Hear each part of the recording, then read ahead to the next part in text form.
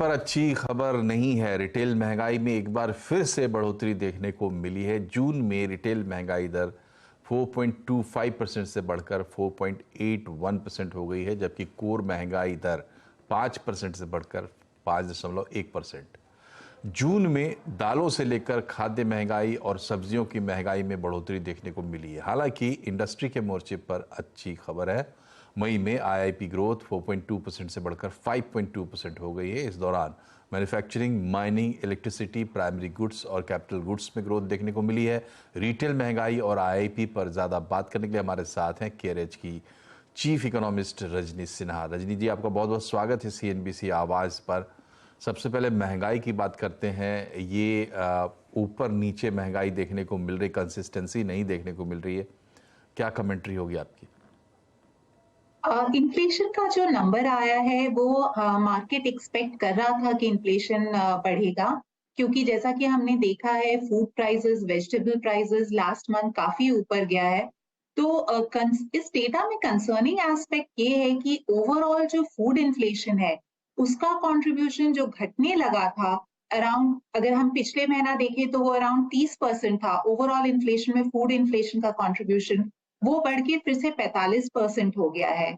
अगर हम देखें आइटम वाइज तो काफी सारा आइटम्स जो कि डेली कंजम्पशन का है, जैसे कि राइस, पल्सेस, वेजिटेबल, मिल्क, सब में इन्फ्लेशन हाई है। एंड वो कंसर्निंग है क्योंकि इसका impact inflationary household inflationary expectations पे भी होगा। अगर मैं इन्फ्लेशन को देखूं तो उसका कुछ पार्ट तो सीजनल है, जो कि हर साल हम इस महीने में बारिश के समय, समर के बाद बारिश के समय हम देखते हैं कि ये इन्फ्लेशन बढ़ता है। लेकिन कुछ आइटम्स में वेजिटेबल प्राइसेस स्पेशली वो सीजनल जितना होता है इम्पैक्ट कहीं उससे ज्यादा दिख रहा है इन्फ्लेशन, जो कि कंसर्निंग एस्पेक्ट है। और इवन बाकी इन्फ्लेशन भी हम देखें तो कोर इन्फ्लेशन भी हाई है, 5% से ज्यादा है।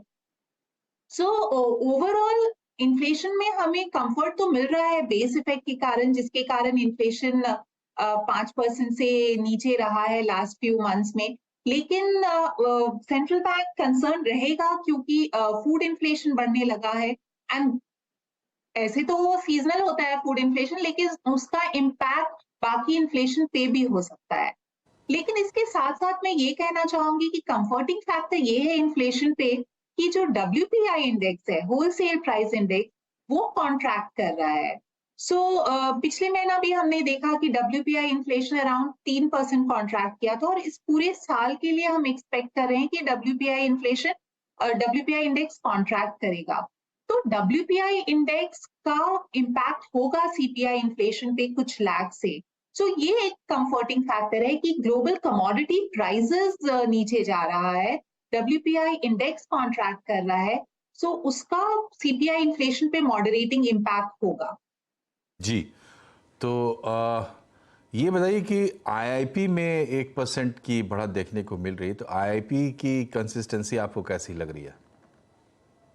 तो आईआईपी का डेटा इम्प्रूवमेंट हुआ है। अगेन मार्केट ये एक्सपेक्ट कर रहा था कि ये इम्प्रूव होगा, बिकॉज हम अगर बाकी इंडिकेटर्स भी देखें इकोनॉमिक एक्टिविटी का, सो हम लास्ट फ्यू मंथ्स में देख रहे हैं कि बाकी इकोनॉमिक इंडिकेटर्स भी इम्प्रूवमेंट शो कर रहा है। स्पेसिफिकली मैं आईआईपी में ये हाईलाइट करूंगी कि हम कुछ समय से देख रहे थे कि आईआईपी कंज्यूमर गुड्स में इम्प्रूवमेंट होता है कि नहीं। क्योंकि अगर हम ये डेटा देखें तो लास्ट फ्यू मंथ से आईआईपी कंज्यूमर गुड्स अच्छा नहीं कर रहा था, specifically consumer durables continuously contract कर रहा था। तो कुछ कंपोनेंट जैसे कि आईआईपी इंफ्रास्ट्रक्चर एंड कंस्ट्रक्शन, वो अच्छा ग्रोथ रिकॉर्ड कर रहा था लास्ट फ्यू मंथ्स में, बट कंज्यूमर गुड्स में अच्छा परफॉर्मेंस नहीं रहा था। तो पॉजिटिव बात ये है कि इस महीना हमने देखा है कि कंज्यूमर गुड्स भी अच्छा परफॉर्म किया है। स्पेसिफिकली कंज्यूमर ड्यूरेबल्स जो काफी महीनों से कॉन्ट्रैक्ट कर रहा था, उसने उसमें हमें पॉजिटिव नंबर दिखा है। कंज्यूमर नॉन ड्यूरेबल्स में भी बढ़ोतरी हुई है। तो ये इम्पोर्टेंट रहेगा कि आगे चल के ये सस्टेन होता है कि नहीं, क्योंकि अगर कंजम्पशन सस्टेन होता है तभी इकोनॉमिक ग्रोथ सस्टेन हो पाएगा। और उसमें ये क्रिटिकल हो जाता है कि आगे चल के रूरल डिमांड में क्या होता है। तो जैसा कि अभी हमने बात किया, अगर इन्फ्लेशन में बढ़ोतरी कंटिन्यू करती है और अगर मॉनसून अच्छा नहीं होता है, जो कि अभी तक हम देख रहे हैं कि मॉनसून का स्पेशल डिस्ट्रीब्यूशन अच्छा नहीं है, इसीलिए सोइंग भी, खरीफ सोइंग भी इम्पैक्ट हुआ है अभी तक। तो अगर वो ट्रेंड कंटिन्यू करता है, तो जो रूरल डिमांड रिकवरी हम देख रहे हैं, वो डिस्टर्ब हो सकता है। और अगर ऐसा होगा तो फिर ये जो कंजम्पशन स्टोरी है, कंजम्पशन रिवाइवल, वो डिस्टर्ब हो सकता है। जी, तो बट अभी तक का आईएपी डेटा डेफिनेटली अच्छा दिख रहा है। जी।